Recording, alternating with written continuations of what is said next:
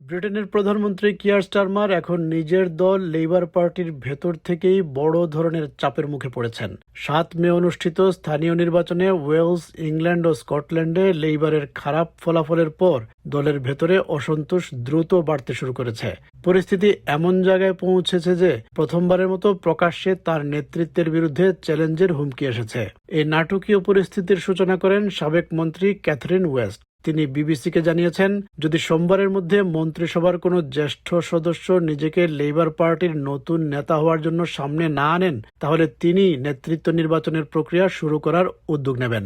যদিও Catherine West নিজে দলের নেতা বা প্রধানমন্ত্রী হতে চান না, তার বক্তব্য ছিল মূলত দলের জ্যেষ্ঠ নেতাদের প্রতি হতাশা থেকে, কারণ তাদের কেউই প্রকাশ্যে স্টারমারের পদত্যাগ দাবি করতে সাহস দেখাচ্ছেন না।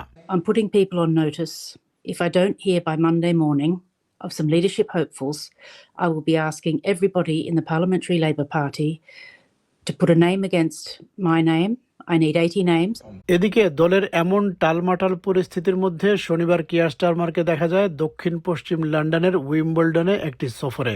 সেখানে সাংবাদিকদের প্রশ্নের মুখোমুখি হয়ে তিনি স্বীকার করেন যে নির্বাচনের ফলাফল লেবারের জন্য কঠিন ছিল এবং দল কিছু অপ্রয়োজনীয় ভুল করেছে। তবে তিনি আবারও স্পষ্ট করে বলেন তিনি পদত্যাগ করতে চান না। তাঁর ভাষায়, এখন সরে দাঁড়ানো মানে দেশকে বিশৃঙ্খলার মধ্যে ফেলে দেয়া, বরং তিনি দলকে পুনর্গঠন করে সামনে এগিয়ে নিতে চান। There's a growing number of your MPs saying publicly that you should resign or you should set a timetable for your resignation. Will you? It's very important that we do reflect on what was a tough set of results. But I'm not going to walk away and plunge the country into chaos. I think the right thing to do is to rebuild and show the path forward. শনিবার ফলাফল গণনা শেষে জানা যায় labour party ব্রাডফোর্ডেরও নিয়ন্ত্রণ হারিয়েছে। দক্ষিণ লন্ডনের ল্যাম্বেথেও গ্রিন পার্টির উত্থানের কারণে লেবার ক্ষমতা হারায়। এসব ফলাফল দলের ভেতরে আতঙ্ক আরও বাড়িয়ে দিয়েছে।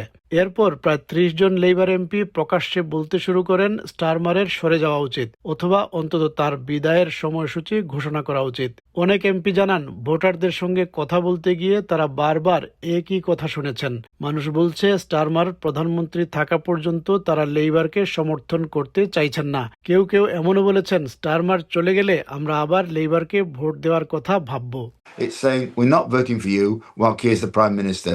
If he goes, then we'll have a think about voting for you again. That was said over and over again on the doorstep. We can't ignore it. We can't be deaf to voters saying those things. এই ব্যক্তিগত বিরূপ মনোভাবের প্রসঙ্গে স্টারমারকে প্রশ্ন করা হলে তিনি স্বীকার করেন ফলাফল এবং মানুষের প্রতিক্রিয়া তাকে কষ্ট দিয়েছে। তবে তিনি আবারও বলেন, এই কঠিন পরিস্থিতির মধ্যেও তার কাজ হলো সামনে এগোনোর পথ দেখানো। তিনি আরও স্বীকার করেন, সরকারের প্রথম ২ বছরে মানুষকে যথেষ্ট আশাবাদ দিতে পারেনি labour Sarkar. That must cut quite deep, that apparent personal animosity that people feel towards you, that you're seemingly dragging the party down. Well, let me again say these results are tough and that hurts. Of course it hurts. It should hurt. But the right thing to do is to therefore set out the path forward. That is what I intend to do. I think, look, we made unnecessary mistakes. The hope wasn't there enough in the first 2 years of this government. শনিবার আরেকটি ঘটনা ঘটে। Downing street থেকে একটি প্রচারণামূলক video প্রকাশ করা হয়, যেখানে স্টারমারের ভাবমূর্তি শক্তিশালীভাবে তুলে ধরার চেষ্টা করা হয়।